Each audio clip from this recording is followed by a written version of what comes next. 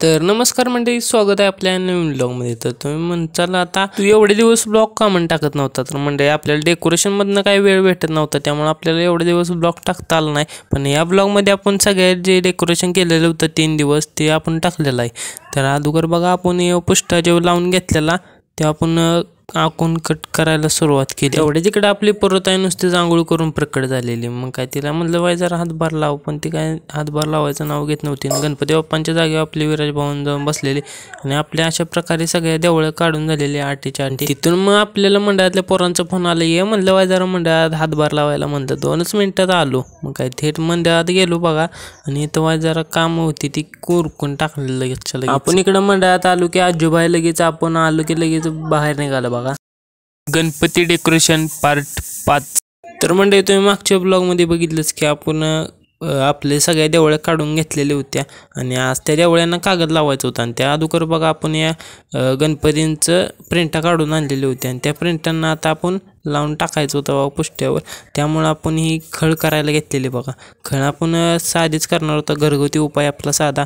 मग काय आपण जे कागद आणलेलं ते खतरनाकमध्ये असं चिटकवायला सुरुवात केली आणि कागद जसं आपलं चिटकवून झालं की नाही तसं आपल्याला ते कागद चिटकवायला वाजलेले संध्याकाळचे 8 आणि 8 वाजल्या की आपलं म्हणलं जेवून घेऊया पहिल्यांदा। मग काय पहिल्यांदा म्हणलं आता पप्पांना म्हणलं जावं तुम्ही जेवण ही घ्या तोपर्यंत, मग मी येतो। मग काय आपण हातबीत धुवून येतोपर्यंत तिकडून जेवण ही वाढायला सुरुवातच केलेली आणि आपण जेवण बघा आलो इकडं डबल आपल्या डेकोरेशनपाशी। आणि इथं विराज भाऊ मस्तपैकी असं TV लावून बसलेलं। तर मग काय विराज भाऊंना म्हणलं नुसतं बसून चालायचं नाही, आपल्याला काम आपल्याला अजून लय येते, त्यामुळे आपल्याला उरकून घेतलं पाहिजे। तेवढे तिकडे पप्पाने बघा स्टूल घेतला आणि वरचे जे कागद होतं ते लावून घेतले। आता आपल्याला मागची जे कामं नाही ते आपल्याला सोनेरी करायची होती, त्यासाठी आपण हा सोनेरी कागद आणलेला बघा। आणि ते सोनेरी कागद आता कट करत होतो पप्पा आणि आपण इकडं मस्तपैकी घेऊन बसलेलो। आणि सोनेरी कागद आपल्या मागच्या कामाने लावल्यावर खतरनाक असं दिसत होता, पण आपल्याला ते सोनेरी कागद लावायला व्हायचं नव्हतं। कष्ट लागलं नुसतं फेबिक्विक वत्ता नुसतं वतच होतो फेबिक्विक।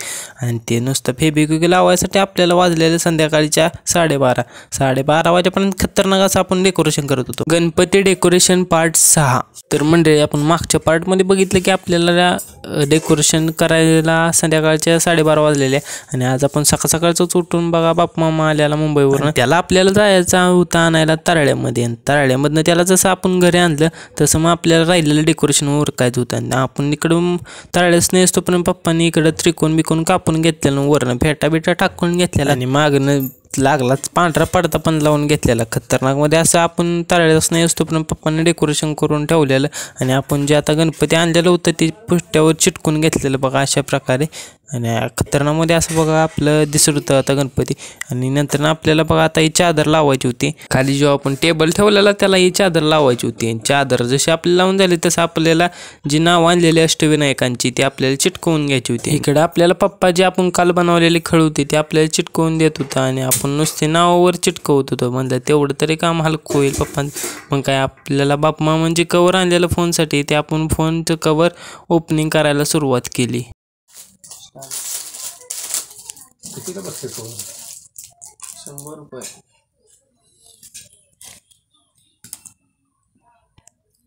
तर नाही कसं आहे दिसलं ना।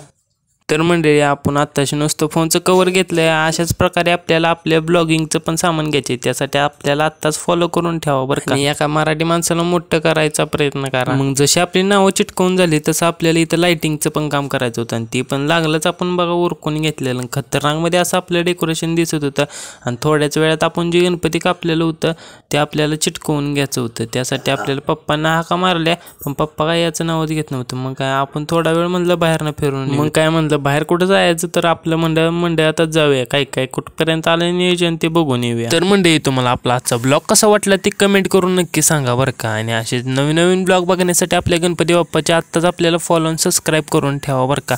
चला तर मग भेटू आपल्या पुढच्या ब्लॉगमध्ये।